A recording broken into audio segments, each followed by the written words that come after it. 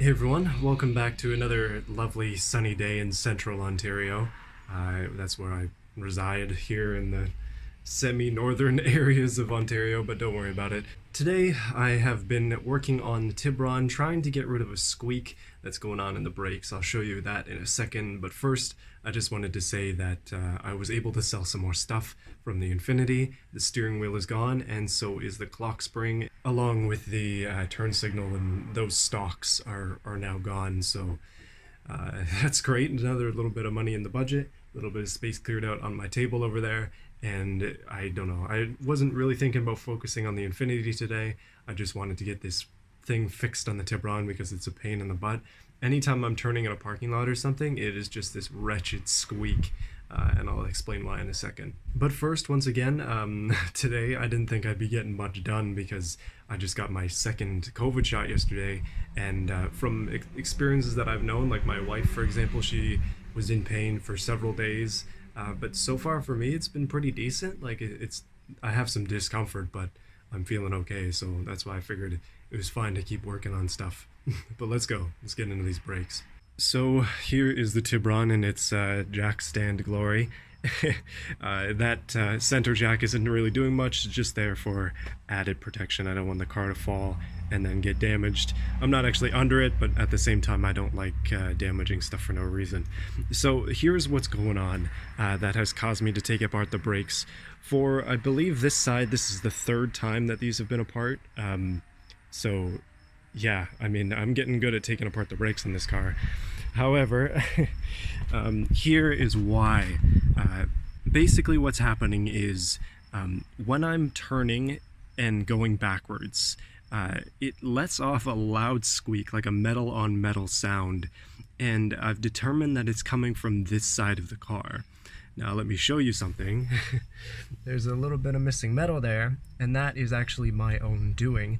The reason is because I believe that the lower control arm, the little ridge that's around it, which you can kind of see a little bit closer there, that is interfering with the bottom of the brake disc down somewhere at the back, and you can see that there are some lines on there, likely from this phenomenon, but it only happens when I'm turning and it only happens when I'm going backwards. So it seems like the manufacturer of this part, because this part is new as of a few months ago, left a little bit too much material on there, so I've literally just taken to grinding it off because I think that's the only way I'm going to be able to fix it. So basically the goal is grind off the bottom of this, like this little lip here, without damaging the ball joint, and then put it all back together and take it for a quick drive around the block to make sure that I fixed it.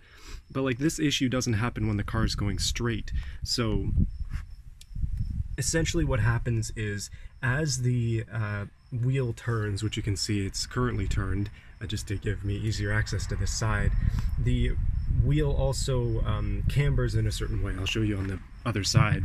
Like, here's the wheel turned on the car, and you can see that it has more, it's really difficult to see on camera, but it has more, I guess that would be positive camber than it would otherwise, which means the bottom end is going in towards the car more. And basically what that means is, if we go underneath, might not be able to see it, you can see how darn close that piece is to the brake disc. It is shockingly close when it's turned, and I think that's why it's scratching. It's a very similar noise to that. Now, I've been avoiding it as I've been driving by not turning very much when I'm backing up, but it's literally just that one axis that's causing issues. And yeah, goodness, it's a real big pain because it's loud as heck.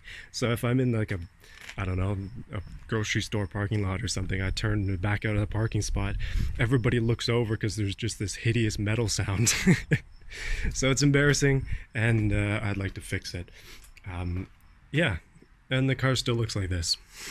Well, after all that, I put the car back together and it still squeaks, which is a pain in the butt.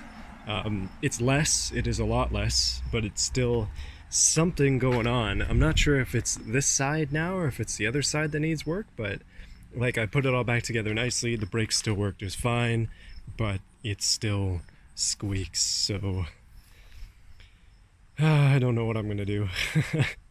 I might just give up on this for today and keep working on this car. I don't know why, but today I really feel like fabricating. I really want to work with the welder today, but I can't because this giant car is in the way.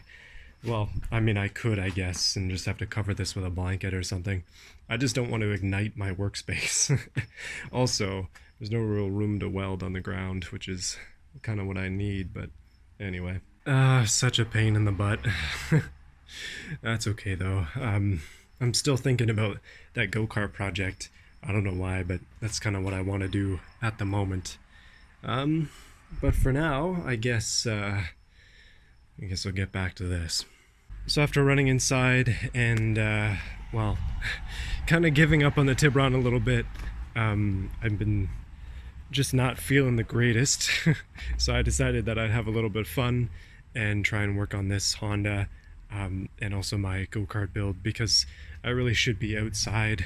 I'm inside all day, every day during the weekdays, and I mean, I should be outside more, so that's why I'm changing priorities just for a bit, throwing away what I said about not working on anything else other than the Infinity. But at this point, the only other things that I can really do involve crawling under the car and removing exhaust, or trying harder to take that piece out, or whatever. So yeah, I also need some new wrenches to take out the ABS thing, which I don't have. I'm at a bit of a standstill, but we'll get there. So for the longest time, I've dreamed of making myself a go-kart, and trying to learn how to weld is part of that. I found these giant frame rails here at the side of my house. They were just there for whatever reason, and I cut it in half, and it's now laying on the ground here, although it has been upright in my garage for quite a while. This is a Honda engine, a GC160 pressure washer that was donated by my grandfather, so thank you for that. And it's currently, well, it's depumped. The reason that it was given to me is because the pump was broken on it, but obviously I don't need that for my purposes, so that's why it's here. Interesting thing that I noticed, and I need some help with this because it's kind of important, is there's a fitting on the side of the engine right here, and I see something there that says do not leave unit running longer than 1 minute without using, or pump will overheat, which is interesting. So when I originally read that, I was like, oh no, the engine's gonna overheat or something, but obviously these are air cooled. But I'm wondering what that fitting is for. I assume it attached to the pump at one point, but I'm not too worried about the pump overheating, to be honest. It's not really my concern, considering it isn't there, but I am interested to know what that fitting is. So as I'm sitting down here, let me tell you what the game plan is for this sort of rig. These frame rails are extremely heavy and way overkill. This engine is like maybe 5 horsepower or something, so this whole go-kart setup is going to be slow as heck, but that's kind of okay because I'm making it myself, so the steering is going to be sketchy, and it could possibly have no brakes. I want to reuse as much metal as I can from this frame, whether it be the base for the engine, which I'm currently taking the engine off of it so I can modify it. I also want to snag the wheels from the back of the thing here. They actually have a line that runs all the way through, but I kind of only need part of it, so the plan is to cut off these uprights, cut it off of the engine stand piece, and then yeah, that should be that. So the length of it is definitely in question. I believe that this is way too long, but long and thin is sort of what I'm aiming for with this. But the thing is that yeah, the engine is going to sit as it currently is, so the exhaust is pointed out the back, and the fuel tank will be at my back, which is not the best, but better than having exhaust blown on me, I think. The engine is going to have to sit this way because it'll have a clutch and a chain, and then I'm going to need to get an actual axle and probably some wheels from just a hardware store, because I only have one set of rubber tires, so I think those will be the fronts. But with some legit go-kart stuff, i.e. the those pieces there, and then a little bit of tricky wiring to figure out how I can make a throttle, I think I can do everything else at the moment using the parts that I have. So this is a piece off of the pressure washer, and I'm going to use this as a seat back, although it'll be organized this way, so it'll be it'll be my seat back Maybe I'll put some foam on there or something. Obviously need to make a seat base, and I need to make some pedals and a steering setup as well, which will both be very interesting, but the idea is quite simple. I guess I can draw it for you. Okay, this is gonna turn out horribly, but from a top view, essentially the go-kart is gonna look like this. Just lines down, and then there'll be, well, there won't be an axle on the front, but there'll be some kind of bar here as support, some kind of seat bar here, and then the engine piece will be back here, something like that. My idea for the steering is quite simple. Essentially the wheels will be here, although this marker is running dry, and those are not to scale in the slightest. But I want them to come off here and here, like they'll be connected to the chassis that way, so they'll be able to spin. But the thing is that they'll need to be connected based on pivot points, because obviously they need to pivot to be able to steer. And I have these really high-grade hardware pieces from the car somewhere, so I'm planning on using these as kind of dowel pins, I guess. So essentially the wheels are going to have some kind of custom bracket that goes like this on the dowel pin, and then connects to the wheel, and then there'll have to be something in the middle of the pin that connects to the chassis, and that way the wheels would be able to turn left and right, although at that point there would be no limit as to how far they can go, but I can figure that out when the time comes. The way that I intend to steer at this point is quite simple. We'll see how this goes. Again, this is all just in the planning stage, but there's a hook on the end of this. At least there will be once I cut one of the hooks off of it, and essentially all that it needs to do is move back and forth to move a bar back and forth, which would be going like this and this way. And if you catch the drift I'm going with, essentially that would move the wheels back and forth if I connect it to the whole pin setup. I can show you a picture of what I'm talking about. This is a proven idea. I didn't just make it up myself. But that's the general gist of it. I hope to do an actual video on the entire setup at one point, but yeah, my whole budget for this project is under $100, and I hope to have something that actually functions reasonably, although we'll see how it goes. I should probably stop misrepresenting this as being a go-kart, because it is a garden cart, except I have no garden. And I also have a lot of neighbors who would probably not like it if I was riding this around loudly in the middle of the day or anything like that, or at all for that matter. But yeah, I mean, I'm still gonna do it anyways. Maybe I can find an open space. I don't exactly have any transportation for something this large though, to be honest. But anyway, so I have to kind of decide at this point what I want to do in terms of the drivetrain, because I could make it one-wheel drive technically, or I could get an axle and then I'd have to get bearings, and I could run both back wheels, which would be ideal, although again it'll be facing one end. You can see where it's at right now. That's not a good spot. I've got to move it over. But this, again with the backrest, that won't be leaning back quite that way, but that's kind of a rough idea of what this is going to be like. And then those wheels up front. Alright, I've adjusted it for clarity's sake. It's now sitting on a brick, but the idea is that if I have it like this, the engine will be mildly offset. Not too much. I'd like the exhaust to come straight out the back, which does seem to be possible, but with a much narrower frame, which is what I have it at now, I can work with this, I think, because then the clutch will come off here, and then the wheels will have to be slightly back, so maybe I can move the frame rails back a touch. The idea is basically that we don't want too much weight behind the rear axles, because then it's going to do wheelies, and it won't be doing controllable wheelies, so I'd rather avoid that. Basically all the weight is going to be here, because I weigh more than this stuff combined, but still I got to be careful.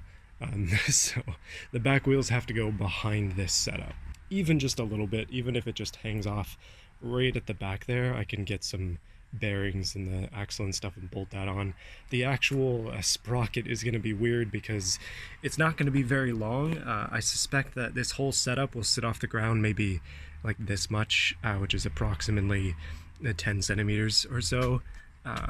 3 inches, I guess that would be, roughly, metric, imperial, whatever, but that's just enough clearance for the height of the bearing, which is going to be one of those, like, what the heck are they? I don't know what they're called, but they basically look like this. kind of like a flat bottom. Oh, this marker is so dead. And then underneath, and then the bearing is in here. That's what I mean. These drawings suck. I might be able to represent that with this caster, but for now I'm just gonna leave that out. But yeah, the chain is going to be extremely short is what I'm trying to say. It'll go around the sprocket, which will hopefully not be very big. And yeah, that'll be that. I still have to go buy all that stuff, but first I wanted to at least get an idea that this is going to be possible. Obviously, I want to sit as low in the frame as I can, and I'd like to get ideally the same size rears as these for the back end, so that it doesn't have a huge rake to it. If we ended up with massive wheels, it's going to be even slower. But yeah, I don't actually intend to weld anything today. This is just a setup, just to see if this is even remotely possible. I might try and cut that out of there just out of curiosity, but first thing I gotta do is blast off the wheel nuts, and I have no idea how long they've been on there for. Probably a long time. So the nuts for the wheels are over 1 inch, so I had to get out the biggest wrench that I had instead of using a socket, but they actually came off pretty easy, so I'm just keeping the threads by leaving that on, and we can totally grease that up if necessary. But it seems like the wheels have like a plastic insert that acts as a bearing, I guess, so I mean that's fine with me. The only issues I have with these wheels are that they don't hold air. I've blown them up before and it didn't stay, so that'd be kind of a pain if I had to do it every time I wanted to ride this thing. So maybe long term we'll get some new ones, I don't know. To show you what I'm talking about with this frame, which will be kind of molded into this frame, that's going to be interesting as well, by the way, because at the moment this is obviously the engine piece. I intend to cut that off at the bottom there. We don't really need that lip, so what happens after that is I have to figure out a way to mount this on both of these without covering that one side, because it's going to need to be open for the chain, so that's going to be a little bit awkward. I also have a lot of other metal that I can use for support thanks to this old Infinity here. There's a bunch of metal on the ground over here that I've kind of just kept away, and some more metal over here that I can use as necessary, and there are a couple big pieces in there too. That's kind of where the budget constraint comes from. If I didn't have this metal in this engine, it wouldn't be possible, but because I do, it seems like it might be. The underside of this looks like this. You can see that they've welded it up there. I don't know if it's going to focus, but not on the other end. So theoretically, I should be able to just cut that so that it'll come out, but we'll see. Looking at this now, it almost feels like it's way too long. Like it's just lengthy, and that's not intentional. I may end up cutting like 12 inches off this lad, or maybe a bit less, we'll see, just to see if it'll fit. But at the moment, it's a bit of a dragster. I don't know how I feel about that. I mean, I'm just above average height, so I do need a little bit of length, but at the same time, maybe not this much. So it just started raining, and that's not really a good thing, so I've decided to stop, but I got a little bit grinder happy and I cut the bottom off of that one piece on the stand, so it's officially now ruined. I'm trying to cut the rest, but I gotta get this stuff inside. I'll update you in a second. You know, a lot of the time with these videos, now that it's raining, it's time for me to check out, go clean up, and then make some dinner. But yeah, I don't know. I mean, I worked for quite a few hours today, but I don't really feel like I accomplished much. I took apart one side of the brakes in the Tiburon, made some modifications, and I didn't totally fix my issue, so a bit of a failure there, I guess. And then working on the go-kart, I was having trouble with my grinder. I think it was overheating. Even though it's reasonably cool today, it's, I guess, too hot for the grinder, but I was able to cut that piece off, and I guess that is progress. But still, I don't know. Some days are just like that. It's alright though. I think, as I've mentioned before, like, any step that I make that's even slightly forwards is still going forwards, so I can count it as a win, knowing that I'm still moving forwards with these projects. And if nothing else, I got the garage a little bit more organized, because I'm now storing my go-kart stuff in the forefront. I would really like to start working on it more, but again, this car has to go soon, so we'll see. We shall see.